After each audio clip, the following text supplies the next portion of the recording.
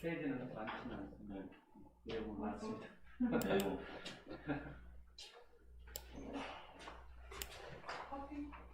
커피요? 그냥 이는 뭐냐? 그러면 오늘의 본론인 판단고기가 밝혀주는 인류의 원형 문화인 신교에 대해서 발표하실 박재관 부지부장님을 소개하겠습니다. 네, 반갑습니다. 지금 방금 소개받은 군산지부 부지부장을 맡고 있는 박재관입니다. 오늘 주제는 인류의 원형 문화의 신교에 대해서 말씀을 좀 드리겠습니다. 제가 한 50분에서 오늘 준비하다 보니까 좀 양이 좀 길어져 가지고요. 조금 길어지면 1시간까지 좀 말씀을 좀 드리고 이어서 최진영 우리 홍보팀장님께서 또 발표를 좀 하시고 듣다가 좀 궁금하시고 뭔가 더 알고 싶은 내용이 있으시면 메모를 좀 해주셨다가 끝나고 나서 이렇게 질의응답 시간 그리고 어떤 주제에 대해서 서로 간의 어떤 의견을 나누는 그런 시간을 좀 갖도록 하겠습니다. 전체 일정은 5시까지 진행을 하도록 하겠습니다. 이렇게요. 한번 오늘 내용은 뭐 아주 지루하지 않을 겁니다. 제가 PPT를 좀 많이 좀 준비해서 그리고 조금 평이한 그런 내용으로 이렇게 알기 쉽게 좀 말씀을 최대한 드리도록 노력하겠습니다. 자, 이 신교, 오늘 주제가 신교인데요. 신교. 신교가 무엇일까요? 신교. 신교. 처음 들어본 단어 같기도 하고요. 알 것도 같고. 그런데요. 한마디로 이제 신교를 정의하면 이렇게 정의를 내릴 수 있겠습니다. 신교는 한민족 고유의 신앙이다. 우리 한민족의 고유의 신앙이 바로 신교다. 그리고 한민족의 생활문화, 오랜 전통의 생활문화를 신교라고 할 수 있겠습니다. 자, 외국인들이 우리 한국에 와서 한국의 문화를 체험하면서 한국의 이렇게 종교를 보면서 이런 얘기를 한 게 있는데요. 아바스라고 1944년 이란에서 태생하신 분인데 이분이 한국에 와서 경험한 내용을 바탕으로 이런 얘기를 했습니다. 한국에는 많은 신들이 있고 불교나 카톨릭 신자나 크리스천이면서 무속신앙, 한민족 고유의 신앙을 동시에 갖고 있는 게 신기하다 이런 얘기를 했습니다. 그러니까 한국에 실제로 와보면 외국인들의 눈에 봤었을 때 한국에는 참 많은 신들이 있다는 겁니다. 굉장히 많은 신들을 모시고 있다는 걸 경험을 했고요. 그 다음에 전 세계 가장 대표적인 종교인 불교나 카톨릭도 이렇게 들어와 있고요. 그리고 한국 독특한 고유의 신앙인 무속신앙도 이렇게 동시에 갖고 있는 게 참 신기하다. 다른 나라 같은 경우는 종교전쟁이 일어나서 싸웠을 텐데 이상하게 이 좁은 땅덩어리에서 수많은 종교가 다 들어있다 이렇게 고백을 이렇게 했습니다. 이렇게요.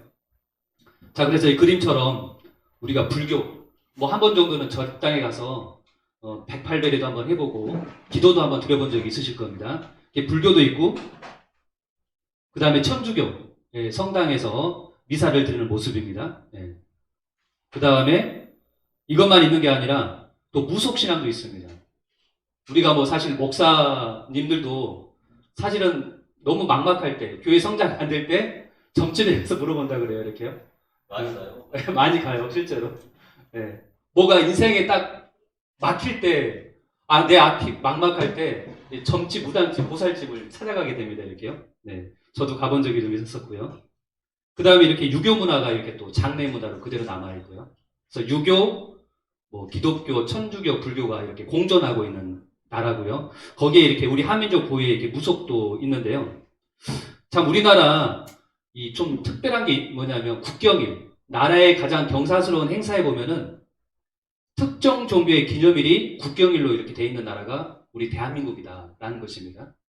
나라의 경사스러운 일이 어떤 종교의 기념일이라는 겁니다. 예를 들자면 예수 탄신일, 기독교와 천주교의 특정 종교의 기념일이 국경일이고요. 그 다음에 석가탄신일, 불교의 석가모니 부처님이 탄생한 날이라고 하는 그날도 이제 국경일이고요.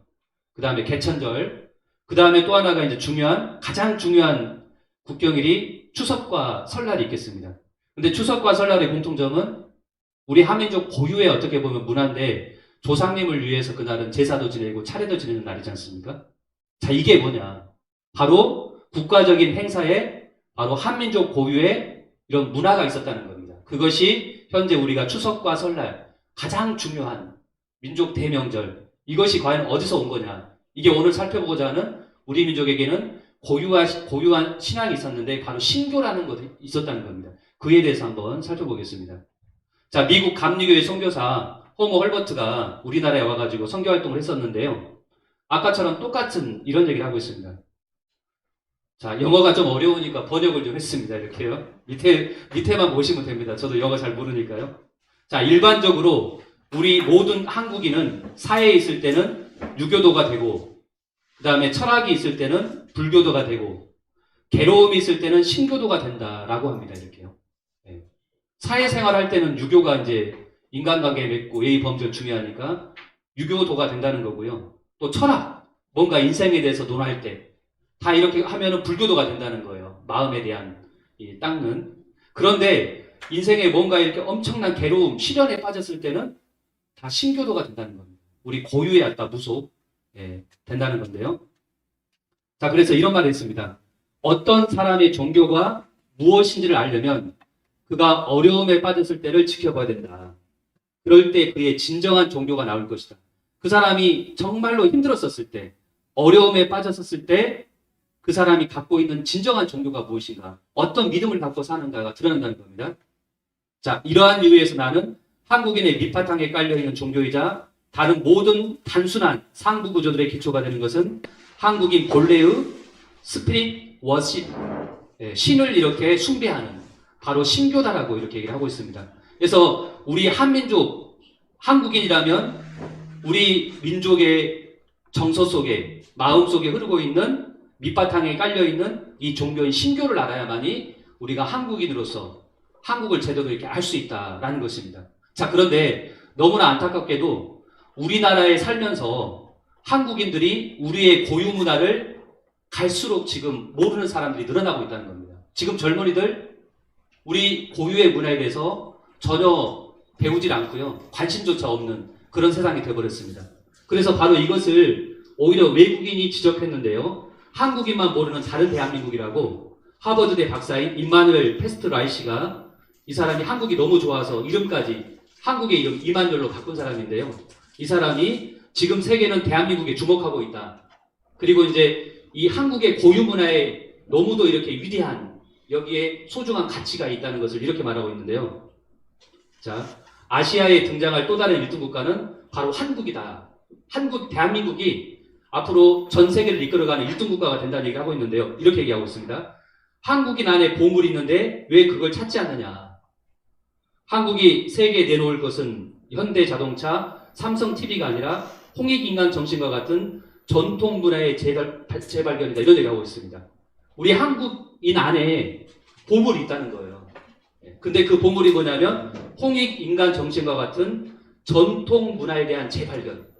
오늘 말씀 나누고자 하는 우리 한민족 고유의 생활문화, 정신문화, 이것을 우리가 또 다른 눈으로 바라보는 것, 이것이 바로 진정한 우리 안의 보물을 찾는 것이다라고 얘기하고 있습니다. 자, 그래서 오늘 이 시간에 우리가 왜 꼭 지금 최첨단 과학문명을 달리는 이 시대에 이제는 경제 대국이 됐고 나름대로 선진국 반열에 올랐는데 왜 구태의연하게 생각하는 한민족 고유의 사상과 정신문화를 알아야 되는가에 대해서 한번 말씀을 드리겠습니다.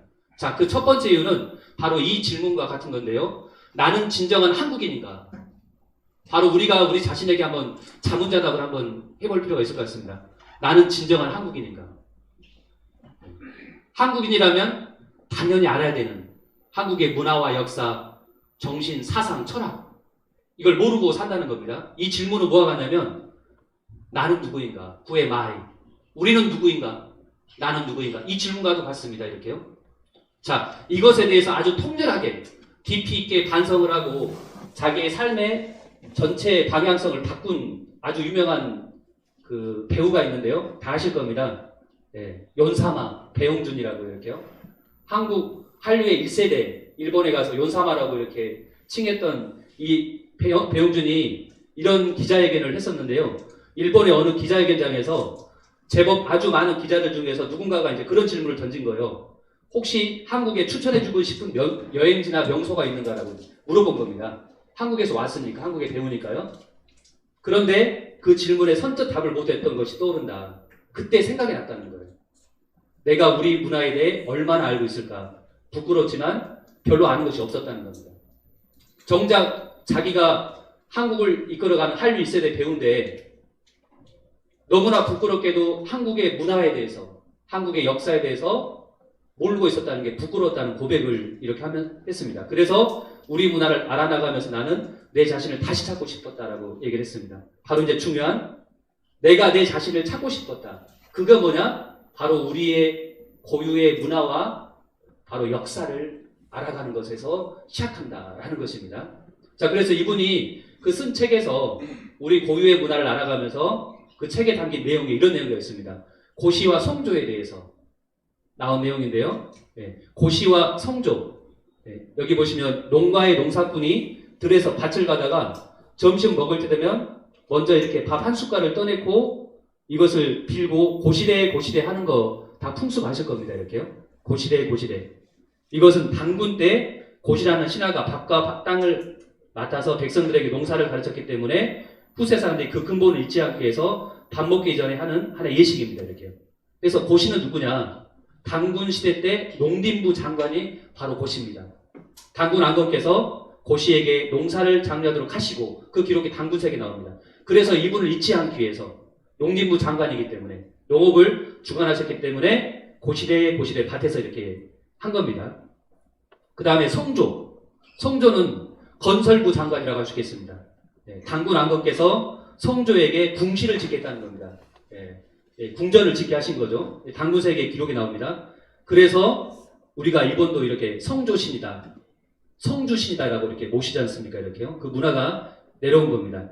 그거에 나온 게 영화 속에서 신과 함께 1000만 이상 관객 동원한 신과 함께 다 보셨을 겁니다. 이 영화를요. 자, 여기에서 그 성조신이 나옵니다. 성조신. 바로 이제 가택신 나오는데 집을 지키는 수호신이 나오는데요. 원래 이게 만화였지 않습니까? 이걸 신과 함께를 영화로 만든 건데 거기 보시면은 해운맥이 어떻게 된 거냐고 이제 저승사자가 물어보니까 물러가시오. 딱 집안에 그 성조신이 딱 지키고 있는 거예요. 이렇게요. 물러가라고 저승사자한테. 하늘동에서 가택신들에게서 한번 내가 졌습니다. 싸워서. 그래서 바로 성주신은 집을 지키는 신. 여기 마동석이가 바로 이제 그 역할을 하신 거죠. 이렇게. 마동석이 이렇게 딱 집을 지키는 수호신으로 딱 나온 겁니다. 그러니까 이런 우리 문화의 독특한 게 바로 영화나 드라마에도 나오는데 이게 바로 우리의 다 고유의 문화와 역사 속에서 배경에서 이렇게 나온 겁니다. 자, 그래서 아까 나는 누구인가 그 얘기를 했었는데요. 환단고기 당군세기 서문 중에서도 행촌 이암서생께서 이런 얘기를 했습니다. 천하 만사 선제지하다. 천하의 만사 모든 일이라는 것은 첫 번째 먼저 선행을 해야 되는 것은 지하, 나를 아는 것에 있다라고 얘기했습니다. 먼저 나를 알아야 돼요. 내가 누구인가. 이것이 가장 중요한 인생 일 때 가장 중요한 첫 번째 일이라는 것입니다. 자, 그리고 나를 알기 위해서는 뭘 해야 되냐면은 바로 환단고기 역주자분께서 이런 얘기를 했는데요. 오늘날 나와 민족과 세계의 내일을 알려면 먼저 우리들의 피와 전기 속에 흐르고 있는 조상들의 정신세계를 바르게 이해해야 된다는 겁니다. 나를 알기 위해서, 우리 민족을 알기 위해서, 이 인류의 미래를 알기 위해서는 우리들의 피 속에 흐르고 있는, 우리의 전기 속에 흐르고 있는 우리 선조분들의, 조상들의 정신세계, 어떤 생각을 갖고 그분들이 살았는가, 그분들의 사상과 철학은 무엇인가, 이것을 바르게 아는 데서부터 출발해야 된다라는 것입니다. 자, 그래서 소리가 안 됐어요. 소리가 이상하게 소리가 울려요 지금. 아, 그걸 하나를 꺼버리는 게 낫잖아요. 아, 이거 마이크를 꺼버리는 거 아니에요? 껐는데. 껐어.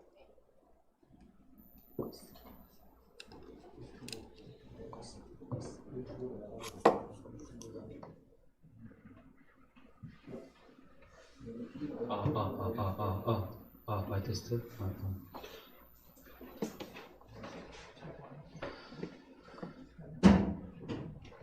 예, 조상들의 그래서 정신세계, 수천 년 동안 내려온 우리 선조분들의 정신세계가 있는데요. 그래서 그것을 물려받은 겁니다. 우리는요, 우리들의 DNA 속에.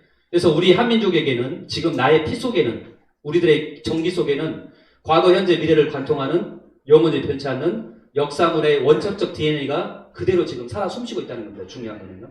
예. 그것을 뭐라고 하냐면은 KDNA다 이렇게 정의를 내립니다. 코리안, 우리 한국의 DNA가 있습니다. 한국인만의 독특한 그런 문화와 사상, 철학이 담긴 DNA가 있는데요. 자, 그래서 중요한 건 한국인의 그런 고유의 문화, 원형을 사실을 알아야만이 내가 누구인가를 안다는 겁니다. 우리가 누구인가, 한국인이. 근데 이것을 아는 게 왜 중요하냐? 이것은 우리 각자 인간의 자기를 회복하는 겁니다. 나 자신의 진정한 회복, 내가 누구인가를 아는 것. 그래야만이 앞으로 인생에서 겪게 되는 수많은 고난과 장애를 진정으로 극복하는 원천적인 문화적인 동력은 힘을 거기에서 얻을 수 있다는 겁니다. 이런 자존감, 그것이 나를 아는 것, 우리 민족의 고유한 문화와 사상을 아는 데서부터 출발한다. 그리고 나아가서 더 중요한 건 뭐냐면 최인의 한국 사상의 신발견에서 이런 얘기를 하고 있는데요. 민족의 흥망을 결정짓는 것은 무력이 아니고 문화 사상이라는 겁니다. 한 민족의 흥망, 그 민족이 흥하고 망하는 것을 결정짓는 것은 무력이 아니라 더 중요한 것은 문화 사상이다. 즉 문화 사상은 그 민족의 생명력이다. 그러므로 역사는 문화 사상을 중심으로 다뤄야 된다. 이런 얘기를 하고 있습니다. 자, 그래서 환단국 해제 392쪽에 또 이렇게 얘기를 하고 있는데요. 우리 한민족의 역사를 되찾기 위해서는 무엇보다 먼저 한민족 고유의 사상과 정신을 되살려야 된다. 자, 대한사랑의 역사 광복운동을 하는데요. 이 역사를 진정으로 되찾기 위해서는 더 중요한 게 뭐냐? 역사적인 사실도 중요하지만 역사 속에 도도히 흐르고 있는 우리 한민족 고유의 사상과 철학, 정신을 되살려야 된다. 이게 더 중요하다는 겁니다. 자, 그래서 우리 한민족은 한민족 최초의 국가인 배달시대 이래 6,000년 동안 우리 민족의 역사 속에서 흐르고 있는 유구한 전통이 있었다는 겁니다. 이것이 우리 한민족을 이끌어오는 힘인 거죠. 그것은 유교나 불교나 도교나 기독교 외의 사상에 지금은 밀려가지고 설 자리조차 잃어버린 한민족 고유의 사상과 이 정신문화를 회복하는 데서 시작한다는 것입니다. 자, 그래서 우리가 알고 있는 지금 알려진 역사는 지금은 2000년밖에 되지 않습니다. 그렇지만 이 대한사랑 역사운동을 통해서 우리가 알게 된 우리 민족의 진정한 역사가 뿌리 역사가 있는데 무려 6960년 7천년에서 40년 부족한 숨겨진 뿌리 역사를 알게 됐습니다. 한국과 배달국가 조선 북부여가 있다. 자, 이 속에 흐르고 있는 이 역사를 끌고 온 동력은 있는데 한민족 고유의 사상과 정신문화가 있다는 겁니다. 그것이 뭐냐? 오늘 알아보고자 하는 신교라는 겁니다. 자, 불교와 유교와 도교는 우리 문명의 첫 뿌리는 아닙니다. 다 외래 종교죠, 그죠? 남의 나라에서 온 거예요, 이렇게요. 외래. 우리는 아니에요. 우리 문화는 아니에요. 자, 그런데 이것이 들어오기 이전에 우리 한민족 고유의 사상적 뿌리가 있었다는 겁니다. 자, 그러면 그 고유한 문명사적 뿌리는 과연 무엇일까? 이것을 오늘 한번 알아보겠습니다. 자, 여기 그림처럼 한 그루의 나무가 있는데요. 자, 한 그루의 나무를 크게 우리가 3등분을 해보겠습니다. 3등분으로 나누면 우리가 뿌리, 줄기, 그 다음에 꽃이 이렇게 열매가 되는 열매로 이렇게 나눌 수가 있겠습니다. 자, 그런 것처럼 인류 문화 또한 문화를 낳는 것은 정신문화인데 그 정성문화가 다른 말로 우리가 종교문화라고 할 수 있겠습니다. 그래서 이 종교문화도 크게 3가지로 나눌 수 있습니다. 바로 뿌리문화, 뿌리종교, 그 다음에 줄기종교, 열매종교. 바로 오늘 이 시간에는 뭘 알아보느냐. 우리가 지금 알고 있는 기성종교는 줄기문화고요. 바로 그 기성종교를 낳은 뿌리종교가 있다는 겁니다. 모태종교. 그게 바로 신교라는 겁니다. 그리고 이것에서 우리가 알고 있는 유불선 3도가, 3교가 나왔다는 거고요. 그래서 이 신교는 한마디로 말하면 인류의 뿌리문화다. 그리고 인류기 때문에 동서문화의 뿌리다. 동양과 서양의 문화도 낳은 뿌리고요. 더 나아가서 인류 보편의 그래서 생활문화다라는 것입니다. 자, 그래서 신교를 다시 정리하면 신교는 우리 민족을 통합시켜 줄 수 있는 한민족 고유의 문화사상이다. 더 나아가서 인류까지도 통합시켜 줄 수 있는 인류 문화 뿌리의 원형 문화사상이다. 그게 바로 신교라는 겁니다. 한민족도 통일하고 나아가서 인류도 통일할 수 있는 거대한 심오한 철학이 바로 신교 속에 녹아들어가 있다. 그래서 신교를 우리는 반드시 알아봐야 됩니다. 자, 그러면 신교는 뭐냐? 신교란 무엇인가? 자, 신교. 자, 신교란 무엇일까요? 자, 문자적으로 이해를 하는 게 제일 좋습니다. 신교. 자, 신교란 뭐냐? 문자 그대로 신교이기 때문에 신의 가르침을 뜻합니다. 신의 가르침이 있었다는 거예요. 예, 인류의 태고 시절에요. 자, 구체적으로 이것이 이제 환단곡에 나오는데 뭐라고 나오냐면 신의 가르침으로 세상을 다스리는 것을 일러서 신교라고 한다 나오는데요. 삼성기 하에 보면 신교의 어원이 이 삼신 설교라 나옵니다. 삼신으로서, 삼신의 도로서 베풀 설자, 그 다음에 가르칠 교자, 가르침을 베풀었다는 겁니다. 역대 왕들이, 제왕들이 어떻게 가르침을 백성들에게 펼쳤냐? 바로 삼신의 도로서, 신의 도로서 가르침을 펼쳤다. 이렇게 나오고요. 그걸 줄여서 신교라고 하고, 또 보시면은 당구색이 보면은 이신설교란 말이 나옵니다. 이신시교. 삼신의 도로서 베푼다. 가르침을 베풀었다.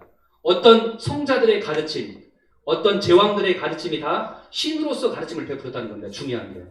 지금처럼 어떤 문자를 통해서 뭔가 이렇게 이성적으로 이렇게 가르침을 베풀 게 아니라 신으로서 가르침을 베풀었다. 이것을 줄여서 신교라고 하는 겁니다. 자, 신교의 다른 말. 신교는 좀 낯설고 잘 모르겠는데 이 말은 누구도 한 번은 다 들어보셨을 겁니다. 신교의 다른 말이 뭐냐면 바로 풍류입니다. 풍류. 신교의 다른 말이 풍류다. 풍류. 네, 들어보셨죠? 풍류는요? 네, 풍류. 자, 풍류는 여기 나오는데요. 풍은 바람과 같은 존재로 어디서 와서 어디로 가는지 알 수 없는 신령스러운 존재인 신을 상징한다. 그래서 풍류는 신의 조화의 도, 신바람의 도를 뜻하는 신교의 다른 말이다. 자, 풍류를 보시면은요. 바람 풍자 흐를 자입니다. 그 바람이 뭐냐? 바로 이게 신이라는 겁니다. 바람이 신이라고. 예, 신교의 다른 말이 그래서 풍류가 된 겁니다. 우리가 신난다, 신바람 난다. 뭔가 말할 수 없이 기분이 좋을 때 그러잖아요. 아, 신명 난다, 막 신난다 오늘 이상하게. 그 신이 들어와서 그렇다는 겁니다. 그런 기분을 좋게 하는 신이 있다는 거예요, 이렇게요. 예, 신 중에 그런 신도 있다는 호소신이라고요. 그런 신이 들어오면은 막 깔깔 웃는 거예요, 이렇게. 그 다음에 만약에 주신이 들어오지 않습니까? 네, 주신, 술을 좋아하는 신이 들어오면 술이 당기는 거예요. 2잔, 3잔 마시고 막 더 먹고 이렇게 하고. 네, 자기도 모르게 그렇다는 거예요. 그래서 술을 막 마신다는 거예요. 만약에 조상님 중에서 술을 좋아하는 조상님 있으면은 그 자손 중에서도 꼭 술을 좋아하거든요, 보면은. 그런 경우가 있거든요. 그러니까 다 신이 작용해가지고 그렇다는 겁니다, 이렇게요. 네. 자, 신은 왜 허공과 같고 하늘과 같고 그러나 존재한다는 겁니다. 눈에 보이지 않지만 뭔가 있는 거예요, 분명히. 이게 딱 바람처럼 와가지고 내 마음을 흔들어 놓는 거예요, 이렇게. 인생이 내 마음대로 안 되거든요. 내 마음대로 살면 다 그게 신이게요. 그렇지 않다는 거예요. 신이 딱 들어와가지고 사람을 이렇게 변화를 시킨다는 겁니다. 사람이 인생을 막 좌지우지하고요. 그래서 신을 알아야 됩니다. 신이 어떻게 작용하는가? 자, 근데 우리 민족은 그런 신에 대한 가르침을 받고 그렇게 실천하면서 이렇게 역사를 이끌어 왔는데요. 자, 이 풍류에 대해서 누구도 다 들어보셨을 겁니다. 풍류. 신라의 지성 최치원이 이런 얘기를 했습니다. 그래서 국유 현머지도 왈풍류다. 우리나라에는 아주 현명한 도가 있다는 거예요. 알 수 없는. 그렇지만 조화를 빚어내는 도가 있는데 그것이 뭐냐? 왈풍류다라고 얘기하고 있습니다. 풍류. 예, 그게 삼국사기 낙랑비 서문에 나오는데요. 자, 유교, 불교, 도교로는 알 수 없는 오묘하고 신비한 도가 있는데 이것을 풍류라 이른다라는 겁니다. 풍류. 네, 풍류. 다 들어보셨을 겁니다. 풍류. 네. 아, 오셨습니까? 반갑습니다. 예, 예. 잘 오셨습니다. 네. 네, 지금 뭐 한창 뭐 하고 있는데요. 뭐 어려운 내용이 아니까 지금 들어도 아마 이해가 되실 겁니다. 풍류라고 들어보셨죠, 그죠? 네. 신라의 최초 낙랑기 서문에 나와 있는 풍류. 우리 한민족의 그런 풍류 바람 있잖아요, 그죠? 네, 그에 대해서 하고 있습니다, 지금요. 네. 자, 그래서 원문에 이렇게 나옵니다. 낙랑비 서문에 보면은 국유 혁명 지도왈 풍류다. 그러면서 밑에 한자 나오는데요. 자, 네.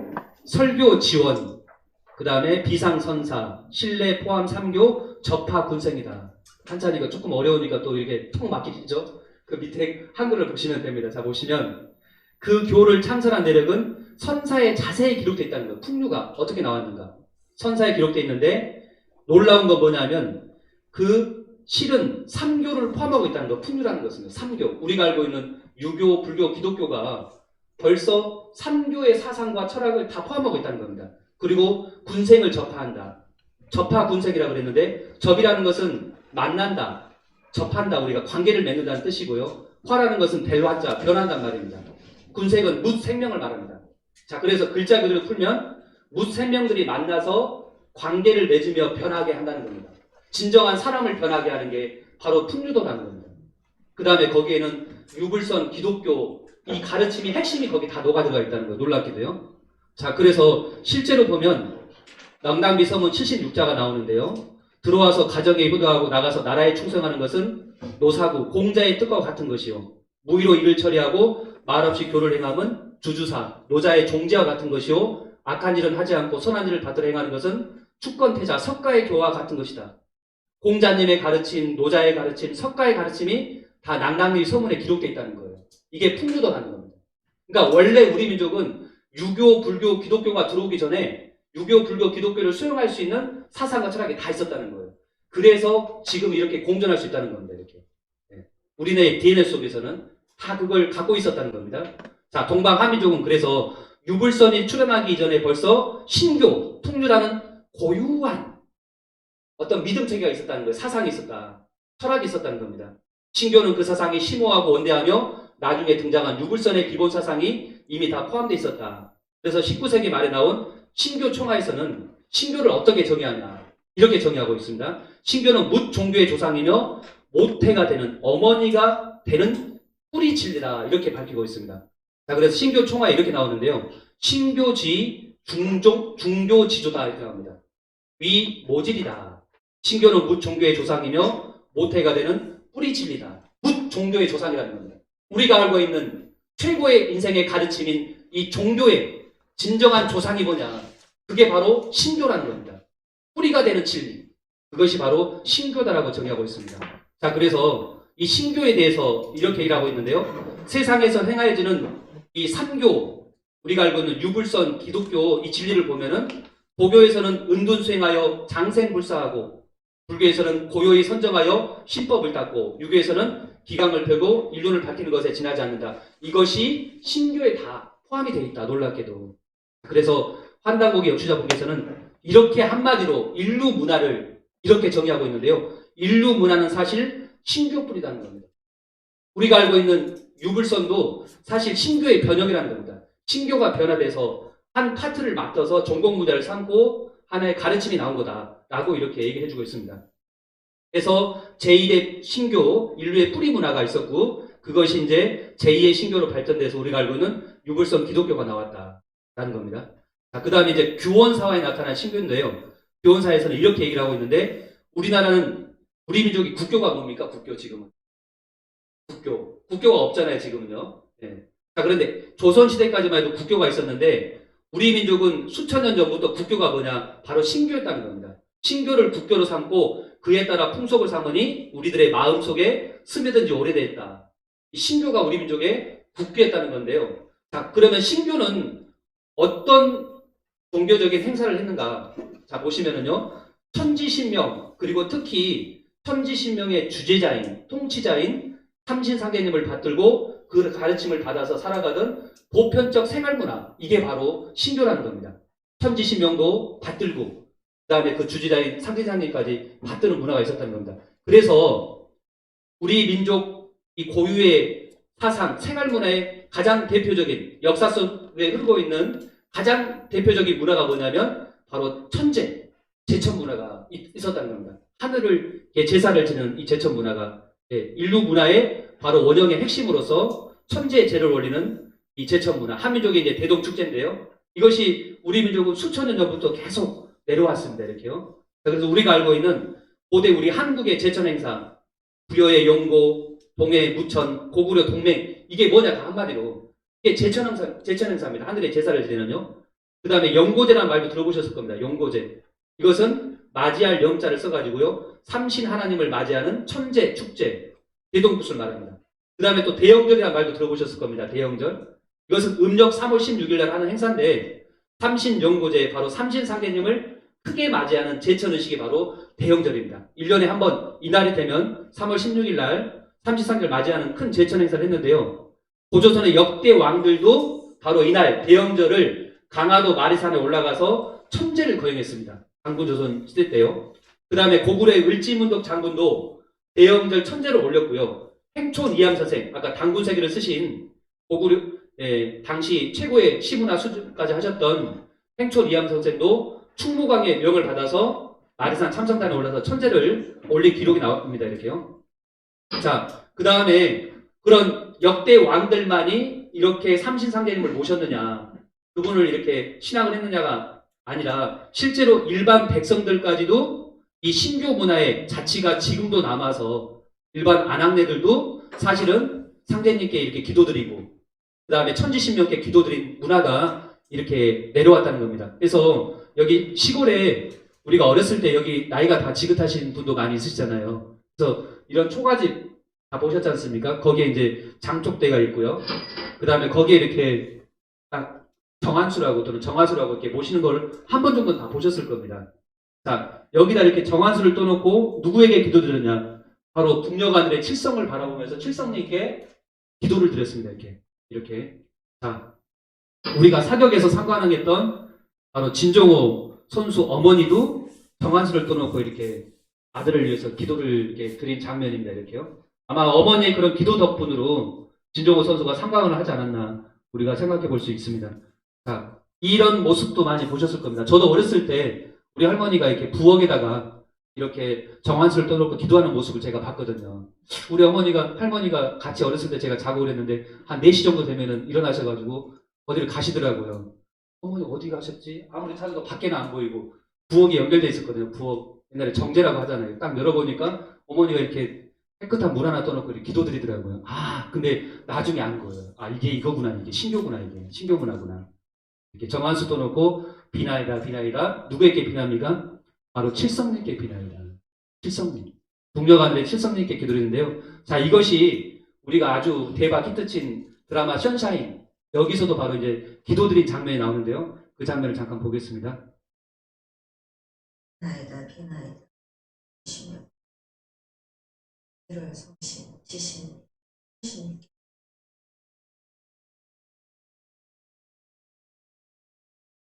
천지신명께 비나이다.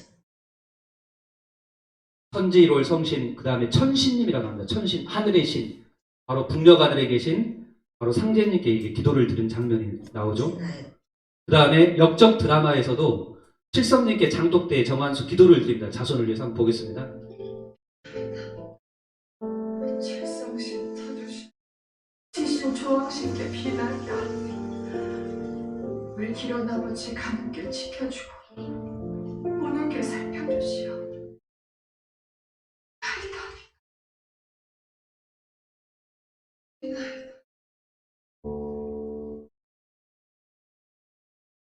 어머니의 그 기도로 자손들이 다 잘 되는데요. 누구에게 기도를 드렸느냐? 이 정한수를 떠놓고 바로 칠성님께 기도를 드렸습니다. 자, 그 다음에 그래서 여기 참 중요한 게 그런 기도 예식 때 이 정화수가 있는데 물을 떠놓고 하는데 기도를 할 때도 도깨비 드라마에서도 보면은 정한수를 떠놓고 결혼식을 합니다. 이렇게요.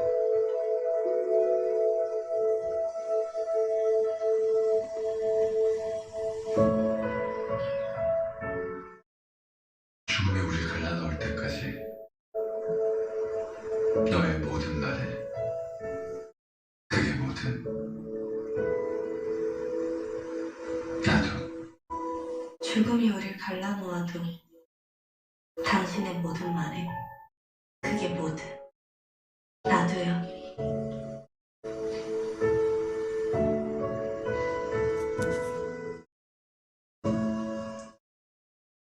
네, 이렇게 물이 참 중요한데요. 물을 떠놓고 이렇게 깨끗한 물을 떠놓고 결혼식하는 예식입니다. 이렇게요.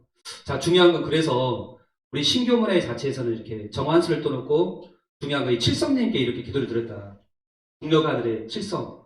우리가 굉장히 맑은 날 시골에 가면 북두칠성을 이렇게 눈앞에서 이렇게 볼 수도 있습니다. 이렇게요. 다 보셨을 텐데요. 이 북두칠성을 유독 우리 민족은 굉장히 중요시 여겼습니다. 수많은 별이 있는데 그 중에서 이 북녘하늘, 이 북두칠성을 우주의 중심별이다라고 이렇게 여기고 섬기고 했는데요. 보시면 이 북두칠성 국자 모양으로 됐는데요. 이렇게요. 자, 왜 이렇게 우리 민족은 북두칠성을 중요하게 여겼는가? 자, 보시면은요. 여기 원래는 7개의 별이라고 알고 있는데 원래는 북두구진이라 그래가지고요. 보이지 않는 2개의 별이 더 있습니다. 무곡성 6번째 별이 바로 고상옥황 자미제군. 우리가 좌보우피란 말이 여기서 나왔는데요. 고상옥황, 바로 옥황 상제님이 계신 별이 바로 고상옥황이고요. 옥황 상제님을 대행해서 지상에서 나라를 다스리는 통치하는 제왕, 바로 아들이 있는 별이 바로 자미제군, 두 가지 별이 무곡성 옆에 있습니다. 이렇게 해서 총 9개의 별이 북두칠성입니다. 네. 자, 여기 이 별이 바로 북녘하늘 칠성리기 아까 기도드린 장면을 보셨는데요. 바로 여기에 누가 계시냐? 바로 우리 민족이 애로부터 모셔온 바로 하나님이 계신 별이 바로 여기라고 우리 민족은 알고 있었고, 그래서 여기에 바로 기도를 드렸던 것입니다. 아까 고상옥항이 바로 삼신상대님이 계신 별, 그 다음에 자미제군은 상대님의 아들이 계신 별이 바로 자미제군입니다. 그래서 우리 인간은 어떻게 태어났는가? 인간이 자, 북녘하늘에 바로 북두칠성의 기운을 받아서 인간은 여기에서 몸을 받아서 태어났다는 겁니다. 중요한 게. 우리 인간이 어떻게 태어났는가? 바로 하늘에서 올 때 하늘의 북녘하늘의 북두칠성의 그 7개의 별의 기운을 받아서 인간이 태어났다. 자, 북두칠성은 인간이 몸을 받고 태어나게 하는 우주의 가장 신성한 중심별이다. 중심별이 바로 이 북두칠성이라는 겁니다. 자, 이 증거가 뭐냐? 자, 여러분, 우리 사람의 얼굴이잖아요. 얼굴을 보면은 구멍이 몇 개 있습니까? 총 7개 있습니다. 구멍이. 그죠? 눈, 그 다음에 코, 입, 귀. 2개, 2개, 2개, 1개, 7개죠. 7규. 7개의 구멍이 바로 머리에 이렇게 있습니다. 이렇게. 그러니까 사람은 얼굴에 이렇게 칠성을 밀고 다니는 거예요. 이렇게. 머리에 칠성이 있는 거예요. 여기가 사령탑이잖아요. 그죠? 사람 머리가 여기요. 그러니까 이 우주 사령탑이 바로 하늘에서는 칠성이라는 겁니다. 이걸 우리 민족은 안 거예요. 이렇게요. 자, 그 다음에, 자, 보세요. 눈으로 사령탑이기 때문에 우주를 보는 거예요. 귀로 소리를 듣고, 코로는 천재의 무형의 에너지를 호흡하고, 입으로는 지상의 오곡을 먹고, 인간이 바로 우주 진리 세계를 인식하는 기본 틀, 치규는 바로 칠성을 근거로 인간이 이렇게 생성된 겁니다. 인간이 이렇게 생명이 이렇게 만들어진 게 바로 칠성 기운을 받고 왔기 때문에 머리에 이렇게 얼굴에 칠규가 있다. 자, 그래서 우리 민족은 이걸 알고 있었기 때문에 예전에 이렇게 죽을 때 사람이 입관을 하면은요, 그 관 아래다가 칠성판을 깔고 그리고 사람을 거기다 이렇게 눕혔거든요, 이렇게요. 자, 이 의미가 뭐냐? 바로 사람은 칠성의 기운을 받아서 태어나고 죽으면 다시 칠성으로 돌아간다라고 우리 민족은 그렇게 알았던 겁니다. 네, 칠성. 네. 그래서 칠성판을 딱 한 거죠, 이렇게. 자, 그래서 7칠이 참 중요한데요. 럭키 세븐. 자, 그래서 우리가 알고 있는 죽을 사자. 우리가 죽을 사자, 죽음을 이렇게 한자로 이렇게 쓰는데 여기 보시면은 여기에 이렇게 7칠자가 들어가 있습니다. 자, 죽는다는 거 뭐냐? 죽을 사이도 칠성이 들어있다. 죽는다는 것은 바로 북두칠성으로 돌아간다는 의미가 있습니다. 그러니까 죽었다라고 안 하고 영어로 피니스 끝나는 게 아니라 죽음이라는 것은 돌아간다, 리턴의 의미가 있다는 겁니다. 어디로 돌아가요? 바로 칠성으로 다시 돌아간다는 거예요. 나의 혼이 이렇게 칠성으로 고향으로 이렇게. 그래서 7칠이 들어가 있고요. 그 다음에 늙을 노자, 노인도 보면 여기도 똑같이 또 이 칠자가 들어가 있습니다. 노자. 노인이 되면은 뭐냐? 노인은 연세가 들어서 북두칠성에 가깝다. 늙었다는 것은 점점 북두칠성에 다가간다. 라는 겁니다. 이렇게. 자, 우리 민족은 이렇게 인식을 한 거예요. 이렇게요. 자, 그 다음에 신교문화 자체에 또 소도나 장승과 소떼가 있습니다. 자, 이렇게 살아오시면서 한 번 정도 이런 거 다 보셨죠? 이렇게요. 이거 안 봤으면 한국 사람이 아닙니다. 이렇게요. 자, 여기 보시면 이게 이제 소도에 보면은 이 천하대장군, 지하여장군이 딱 이렇게 앞에 세워져 있습니다. 그 다음에 거기 보시면 여기 굉장히 독특한 게 나오는데 어린이들이 보면은 그 앞에다 이렇게 손을 모아서 여기다 이렇게 하고 있습니다. 이 장면이 나오잖아요. 그죠? 네. 자, 먼저 소도란 뭐냐? 소도. 소도는 하늘에 제사를 올리던 성스러운 곳을 말합니다. 아까 제천, 하늘에 제사를 지낸 성스러운 장소를 소도라고 이렇게 했습니다. 자, 여기는 천재단이 있는데 바로 하늘과 인간이 소통하는 장소. 그래서 성스러운 곳이기 때문에 여기 오면은 몸과 마음을 경건히 하고 내 마음을 딱 손을 합장해서 이렇게 예를 하는 겁니다. 이렇게 읍이라고 읍배라고 이렇게요. 신교문의 하나의 예절인데 이렇게 합니다. 이렇게요. 네. 그래서 신교 예법에 보면은 삼육대려법이 나오는데 소도 경전 보는데요. 옛날에는 꿇어 앉을 때 반드시 먼저 공손히 조아래는 읍을 먼저 하고 절을 할 때는 반드시 읍을 하고 꿇어 앉았는데 이것이 예에 변하지 않는 원칙이었다라고 나옵니다. 자, 읍이라는 것은 모으는 건데 이렇게요. 마음을 모으고 두 손을 마주 잡아 하늘을 사모한다는 의미가 있습니다. 이렇게. 자, 이렇게 손을 한번 이렇게 모으시면요. 왜 이럴 때 모으는 걸까 이렇게. 이것은 두 손을 마주 잡아서 하늘을 사모한다는 거예요. 내 생명의 고향, 여기를 사모하는 마음으로 이렇게 딱 모은다는 겁니다. 그 다음에 배라는 것은 이렇게 드린다 이렇게. 고개를 숙이는 것은 몸을 바치고 머리를 조아려 나의 설령에게 보답한다는 의미가 있습니다. 그래서 이렇게 인식을 하는 겁니다. 이렇게요. 굉장히 깊은 뜻이 있는 거죠. 그 다음에 이제 장승.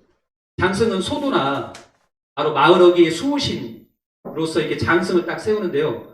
우리가 장승에는 두 가지가 있습니다. 천하대장군이 있고 지하여장군이 있는데 천하대장군은 천군의 최고 대장. 하늘의 군인들 중에 최고의 대장이 바로 천하대장군이고요. 그 다음에 지하여장군은 지계를 감찰하는 여성 군장을 말합니다.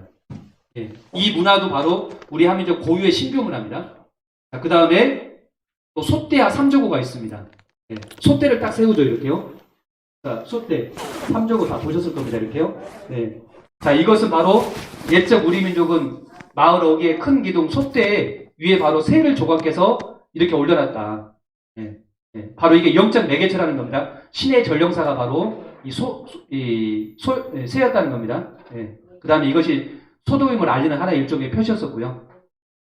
자, 소도의 이제 문자적인 뜻, 아까 이제 간단히 소도를 정의를 내렸는데요. 그 문자적인 의미로 보면은 소도라고 했는데요. 소도. 자, 소라는 것은 우주의 광명, 신성한 생명이 소습을 뜻합니다. 이렇게 솟는다, 이렇게 솟아난다. 도라는 것은 터 땅을 말합니다. 자, 그래서 소는 끊임없이 소생한다, 솟구친다는 뜻으로 새로운 우주의 광명, 신성한 생명이 솟구친다는 뜻으로 생명이 다시 태어나는 것을 말하고요. 도라는 것은 터를 말합니다. 그래서 여기는 바로 아주 신성한 내 생명이 솟구치는 그런 자리다. 그래서 하늘에 여기서 이제 제사를 지내는 성스러운 장소로 삼아서 여기를 소도다라고 이렇게 했던 겁니다. 자, 삼국지 위지동의전에도 나오는데요.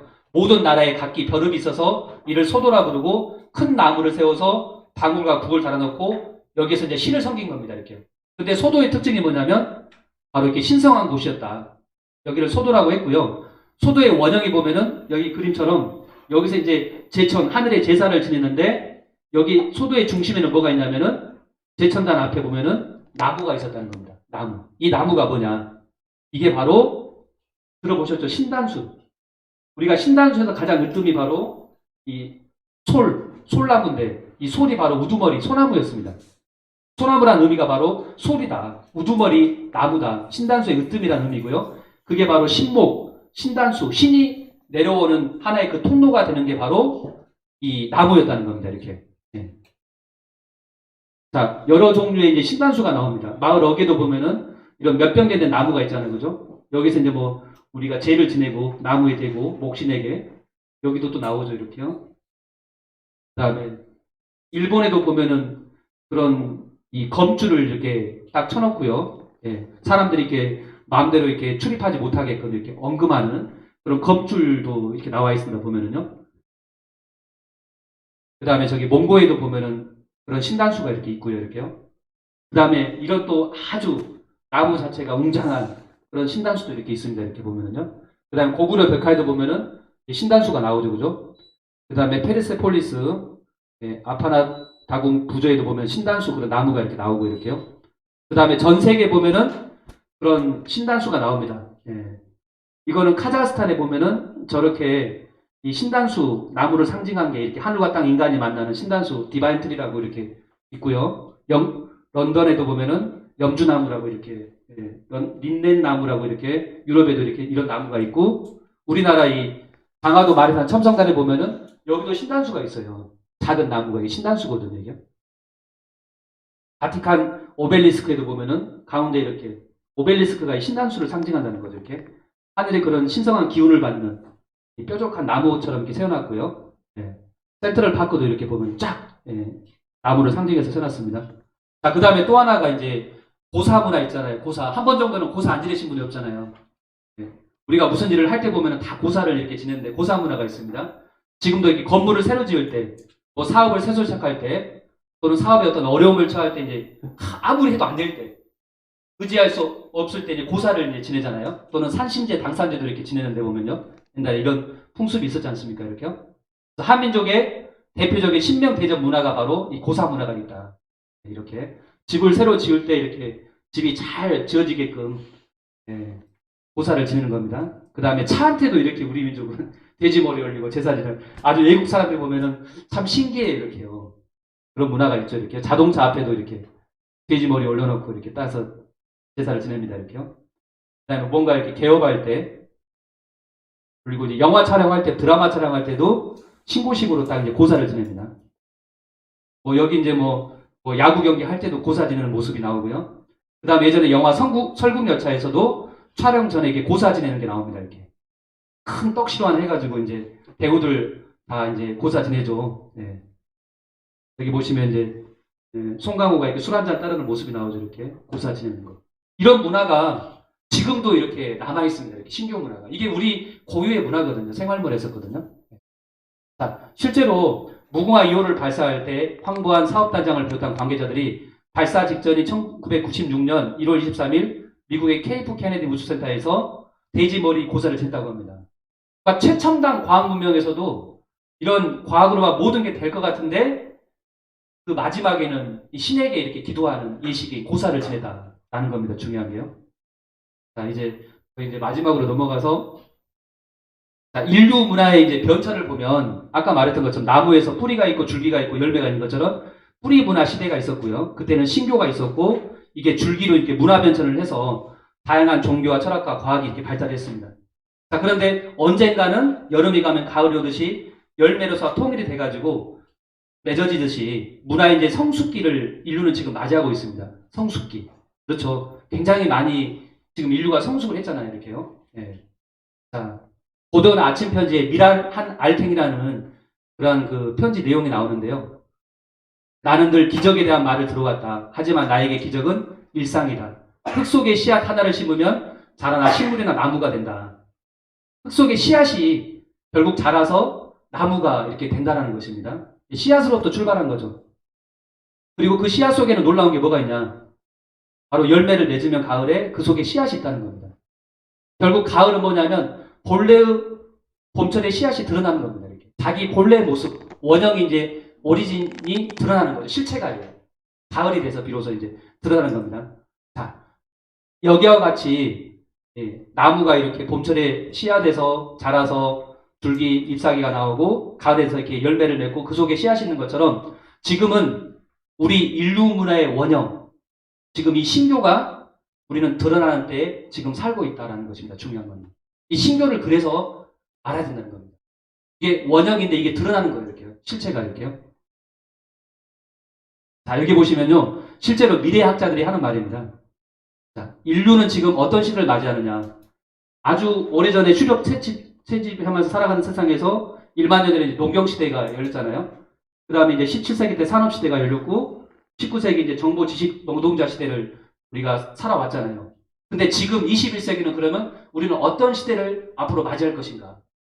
근데 중요한 건 바로 이건데요. 다음 단계로 넘어갈 때는 90% 이상의 직업이 바뀌거나 사라졌다는 거예요. 지금 내가 알고 있는 지식 정보가 아무짝에도 술먹게 됐다는 거예요. 새로운 걸 이제는 배워야 되는 그런 시대인데 우리가 맞이하는 세상은 이제는 영성, 신성의 시대를 맞이하는 겁니다. 영성. 인간의 지식 정보를 넘어선 인간의 또 하나의 궁극의 영역이 있는데 영성과 신성이 발현되는 시대를 우리는 이제는 살아간다라는 것입니다. 그래서 메가 트렌드 2010에서 벌써 10년 전에 이런 얘기를 하고 있는데요. 농업에서 산업, 정보에서 영성의 시대로 들어간다. 영성이 경제를 움직이고 변화 이제는 중심된다는 겁니다. 앞으로는 누가 더 영적인가 하는 것이 싸움이라는 겁니다. 누가 더 영성적인가, 더 영적이 더 뛰어난가 이렇게. 이 사람이 앞으로 세계를 지배한다는 겁니다. 주도해 나가고요. 자, 그래서 감각과 영혼의 만남을 쓴 퀸일버, 서양의 아주 위대한 철학자인데 이분이 감각과 영혼의 만남, 아이 오브 스피릿 이런 책을 쓰면서 여기에서 무슨 말 하냐면 인간에게 눈이 세 가지가 있다는 거예요. 육안이 있고요. 지금 우리는 육안만으로 세상을 보지 않습니까? 근데 이게 다가 아니다는 거예요. 이 육안은 육체적인 영역, 가시광선을만 보잖아요. 그 보이지 않는 영역이 많이 있는데 이것은 심안과 또 영안이 있다는 거예요. 마음의 눈을 뜨고 그 다음에 아까 영적 스피릿 세계를 볼 수 있는 이 영안. 이제는 이 영안을 뜬 사람이 앞으로는 앞세상을 주도해 나간다는 겁니다. 혹시 영안이 열리신 분 있으신가요? 없으시잖아요. 그죠? 이 영안을 뜨는 이제는 그런 시대가 도래한다는 거예요. 이런 신교에 대해서 이제 관심을 가져야 하는 겁니다. 중요한 거는요. 자, 그래서 여기 보시면은 윌리엄 헤럴도 정보의 시대가 끝나고 이제 지식 이상의 가치와 목표를 중시하는 영성의 시대, 스피리추얼 에이지가 올 것이다. 그 다음에 짐 데이톤은 아이콘과 심미적인 경험들로 이루어진 꿈의 세계가 정보 지식 사회 이후의 미래의 모습이 될 것이다. 꿈의 드림 소사이어티가 열린다는 겁니다. 자, 그러면 이 세상을 주도한 앞으로 제5차 산업혁명이 이제 열리고 나가는데요. 이것은 바로 지금 4차 산업혁명을 넘어서 인공지능, AI, 이걸 넘어선 그 다음은 뭐냐. 앞으로 이제 AI, 인공지능이 모든 걸 대변하잖아요. 그죠? 그런데 인간은 갖춰야 되는 또 하나의 혁명을 해야 된다. 그게 바로 영성혁명이라는 겁니다. 기계가 결코 대신할 수 없는 영성, 스피리추얼리티, 이 혁명의 시대가 이제 도래한다는 겁니다. 그래서 놀랍게도 이런 세상이 올 것을 벌써 160여 년 전에 인류의 원형 문화가 신교가 부활할 것을 동학에서 선언을 했습니다. 자, 보시면은 범부 김정설 이 선생님께서 이렇게 얘기했는데요. 우리가 동학을 잘못 인식하고 있는데 동학은 인류 사적에서 어떤 의미가 있느냐. 우리 역사 속에서 우리 한민족의 동학은 국풍의 재생이라는 겁니다. 우리나라의 우리 가풍이 있잖아요. 우리나라의 그런 진정한 그런 나라의 재생, 바람이 일어나는 게 동학이고 신도 성시 정신의 기적적 부활이다 라고 얘기하고 있습니다. 신도가 다시 부활하는, 신교가 부활하는 기적적 부활이 바로 동학이다 라고 얘기하고 있고요. 이것은 인류의 세문화 역사를 여는 대강령이며 신도 성시의 정신의 기적적 부활이며 국풍의 재생이며 사태의 경이로다. 이렇게 이 동학에 대해서 정명을 하고 있습니다. 자, 그래서 동학을 우리가 잘못 알고 있는데 동학은 여기 보시면 아시아 이상주를 쓴 이용범 박사님께서 이런 얘기를 하고 있는데요.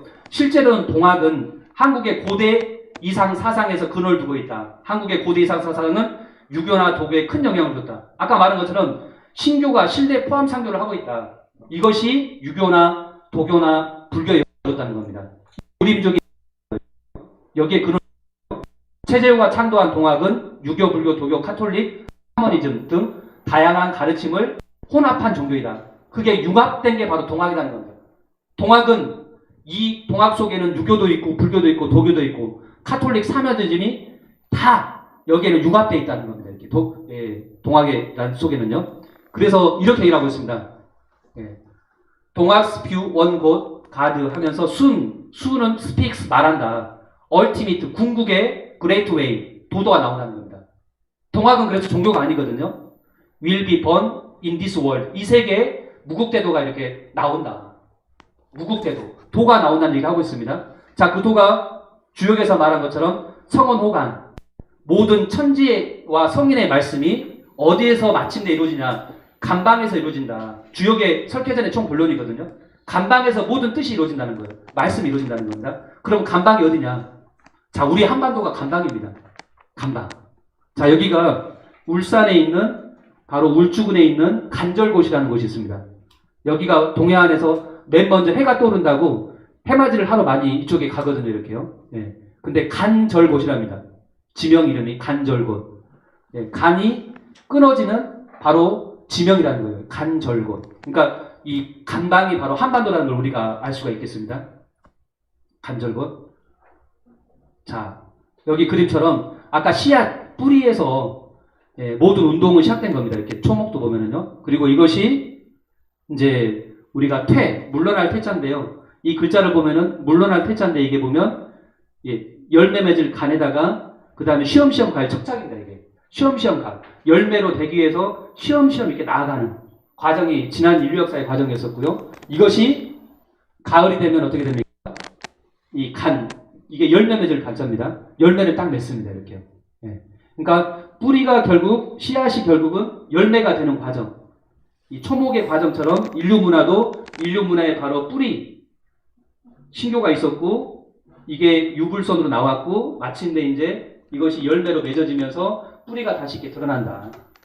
열매 속에 씨앗이 있는 것처럼 그 나라가 어디냐면은 주역의 대가 김석진 선생이 얘기했던 것처럼 앞으로 좋은 세상이 오는데 대한민국이 세계 중심이 된다. 새 문명이 이 땅에서 생겨나는 거야. 이런 얘기를 하고 있습니다. 자, 그래서 에일대 석좌교시인 폴 케네디가 이런 얘기를 했었는데요. 앞으로 21세기는 아시아 태평양 시대가 활짝 열린다. 이런 얘기하고 있습니다. 아시아 태평양 시대. 그러면서 그 중심이 어디냐. 일본인 기자 앞에서 이런 얘기를 한 거예요. 기자가 물어본 거예요. 그럼 아시아 그 중심 나라가 어딥니까? 그러니까 네베 재팬, 당신도 아니다. 당신 나라도. 네버 차이나, 중국도 아니라는 거예요. 그러면서 only 코리아, 오직 코리아, 한국이라는 거예요. 이렇게. 한국이 앞으로 21세기 중심 국가가 된다는 겁니다. 아시아 태평양 시대. 우리는 굉장히 사실 즐거운 겁니다. 이렇게 기쁜 소식이죠. 이렇게요. 희망의 소식이고. 그래서 미래 시대의 주역은 우리 한국이다. 우리 각자가 다 주역이 된다는 거예요. 미래 시대에. 자, 왜 그러냐면은 여기 보시면은 유라시아 시대의 국제협력 컨퍼런스 보르타체프 러시아 고등경제대학 부학장이 한 얘기인데요. 한국인의 시온적 출발점인 바이칼을 떠나온 사람이라면 앞으로의 유라시아 시대의 주역은 한국인이 될 확률이 매우 높다. 이런 얘기를 하고 있습니다. 자, 그 다음에 실제로 우리나라가 지금 경제 대국이 됐는데요. CNN 2013년에서 이런 말을 했습니다. 미래가 어떤 모습인지 보려면 한국엔 티켓을 끊으라는 거예요. 이렇게. 지금 옛날에 뭐 드림 아메리카하고 막 다른 나라 막 여행 가고 그랬잖아요. 근데 지금은 반대로 역전이 돼가지고 한국에 여행을 와요. 이렇게 한국을 막 배우고 싶어서 한국의 그런 미래 세상을 경험하기 위해서 이렇게 발전했어요. 그것도 단 100년도 안 돼서 이렇게. 이런 나라가 어디 있습니까? 우리 한민국 쪽에 저력을 한번 보십시오. 이런 엄청난 DNA가 우리 민족 속에는 있다는 거예요. 이렇게요. 예. 예. 하나씩 다 갖고 계셔야 되는데 지금.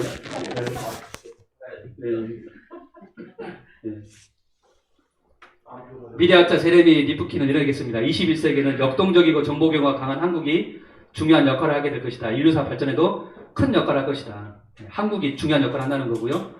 여러분은 한국이 정말 훌륭한 문화를 갖고 있다는 것을 알고 있습니까? 지금 인류가 한국 문화를 절실히 필요로 하고 있다는 것도 인식하고 있습니까? 한국 문화를 전 세계에서 원하고 있다는 거예요. 그런데 정작 한국 사람들은 한국을 너무 모른다는 거예요.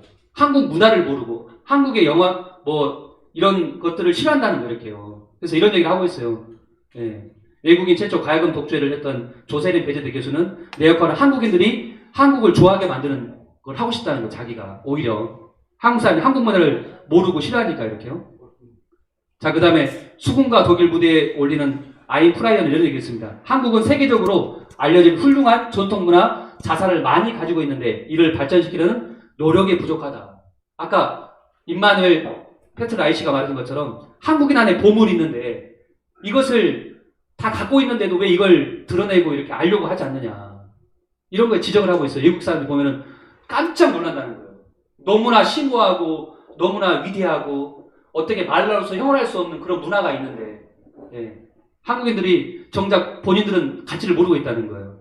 자, 그래서 지금은 뭘 얘기를 하냐. 글로벌이 아니라 지금은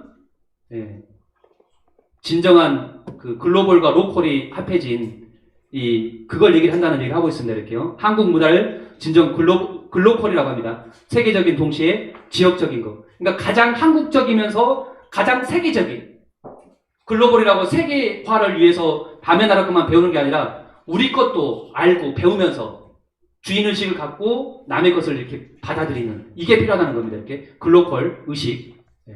자, 그래서 지금 한류가 전 세계에 이렇게 돌풍을 불고 있고요. 정말 지금은 한 5억 한류 팬이 생겼어요. 이렇게요. 전 세계 사람들이. 자, 그러면 이 한류, 더 코리안 웨이브의 그 다음 단계, 더 넥스트 스텝은 어디냐, 그러면. 그냥 단순한 춤, 노래, 음악, 영화, 뭐, 오징어 게임, 싸이, 뭐, 말춤 따라하고, 여기서 끝나는 거냐. 이게 아니라는 거예요. 이 더 넥스트 스텝이 있는데, 그거 뭐냐면, 한류의 종착역은 세계 사람 이제는 한국의 역사를 배우려고 하고, 한국의 문화를 알고 싶다는 거예요. 이렇게. 역사와 문화를 그들이 알고 싶어 하는 거예요. 한민족의 저력이 얼마나 위대하길래, 어떤 역사가 있었길래, 어떤 문화가 있길래 이런 엄청난 한류 바람을 일으키느냐. 역사, 문화를 배우려고 한다는 겁니다. 그래서 아까 처음 말씀드린 K-DNA, 한국의 DNA 속에 흐르는 K-히스토리아, 역사와 그 다음에 그 역사를 끌고 온 동력원, K-스피릿, 정신문화와 그 다음에 그 모든 정신문화를 바탕에 깔고 있는 K-코스모스, 한민족의 위대한 우주 철학을 우리는 전 세계에 이렇게 알려야 되겠습니다. K-스토리, K-스피릿, 그 다음에 K-코스모스 이렇게 세 가지. 그래서 아까 임마누엘 페스라이시가 말했던 것처럼 이 홍익인간 선비정신, 이것이 한류의 심도 있는 한류라는 거예요. 이렇게. 그래서 이분은 알고 있어요. 이제는 한국의 위대한 정신, 홍익정신과 선비정신이 있습니다. 이걸 나서서 지금 강조하고 있습니다. 그래서 우리 한민족에게는 아주 오래전부터 내려온 생활문화. 그렇지만 이것은 우리 한민족만이 아니라 세계 보편 철학이 내재되어 있습니다. 그 속에는. 자, 보시면은 효사상, 또 어른, 노인 경로하는 경로사상, 가족중심주의, 제사문화, 정문화, 홍익사상. 다 우리는 어렸을 때 이렇게 이걸 배워서 컸었잖아요. 근데 이걸 우리가 많이 잃어버렸거든요. 그런데 한류가 히트친 게 뭐냐면 한국인 드라마에는 바로 이게 있어요. 이렇게 정문화가 이렇게. 그 다음에 이렇게 가족 중심이고 홍익 정신, 나 아닌 타인을 이렇게 이해하는 그런 사상이 여기에 이렇게 있다는 겁니다. 그래서 아놀드 토미가 말한 건데요. 지구가 멸망하고 인류가 새로운 별에 이주해야 한다면 지구에서 꼭 가져가야 할 제1의 동목은 뭐냐? 바로 한국의 효문화라는 겁니다. 효에 대한 중요성을 이렇게 강조를 했습니다. 자, 그래서 백범 김구성이 말한 나의 소원 중 오직 한없이 가지고 싶은 것은 뭐냐? 높은 문화의 힘이다라고 합니다. 높은 문화의 힘. 이것이 진정으로 갖고 싶었던 거. 말한 겁니다. 높은 문화의 힘, 내가 원하는 나라. 자, 그래서 나는 우리나라가 남의 것을 모방하는 나라가 되지 말고 바로 이겁니다. 높고 새로운 문화의 근원이 되고 목표가 되고 모범이 되기를 바란다. 우리 한국이 전 세계에 바로 새로운 문화, 아주 높은 문화, 그래서 근원이 되고 전 세계 모범이 되는 그런 되기를 바란다. 그래서 진정한 세계 변화가 우리나라로 말미암아 세계에 실현되기를 원한다. 자, 그게 뭐냐? 백범 교수님도 알고 있었어요. 그게 뭐냐면 홍익인간이라는 우리 국조당군의 이상이 나는 이것이라고 믿는다.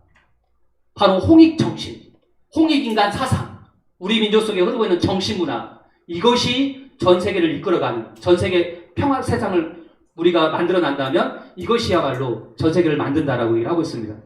자, 뿌리는 모든 생명력의 원천입니다. 나무도 이렇게 뿌리가 있기 때문에 여기에서 영양분을 흡수하고 물을 이렇게 흡수해서 나무가 이렇게 자라날 수 있고 생존할 수가 있습니다. 한 민족에게도, 한 국가에게도 자기의 뿌리와 역사와 문화, 이것이 그 민족의 생명의 원천입니다. 그래서 이걸 잃어버리면, 이것이 절단돼 버리면 사실 그 민족은 미래를 기약할 수가 없습니다. 미래가 없습니다. 자, 그래서 이 대한사랑에서 오늘 말씀드린 우리 민족의 진정한 역사 강복과 그 다음에 그 역사 속에 흐르고 있는 위대한 정신문화, 우리 민족의 고유한 철학과 사상, 이 신교를 공부하는 그 주인이 우리 각자 우리가 돼야 되겠습니다. 이렇게요. 우리 당신이 바로 주인공이라는 겁니다. 그래서 대한사랑에서는 잃어버린 우리 민족의 뿌리 역사와 원형문화 정신을 되찾고 한국인의 국통맥을 바로 세워서 대한의 밝은 미래를 개척하는 역사문화운동 단체입니다. 대한민국을 사랑하고 대한의 역사 문화혼을 지키는 사람들, 이게 대한사랑의 뜻입니다. 그래서 역사 강복, 이 대한사랑과 앞으로 이렇게 함께 이뤄나갔습니다. 그래서 대한사랑, 역사를 지키는, 역사를 사랑하는 사람들의 모임이라는 뜻입니다. 이상 오늘 발표를 마치겠습니다.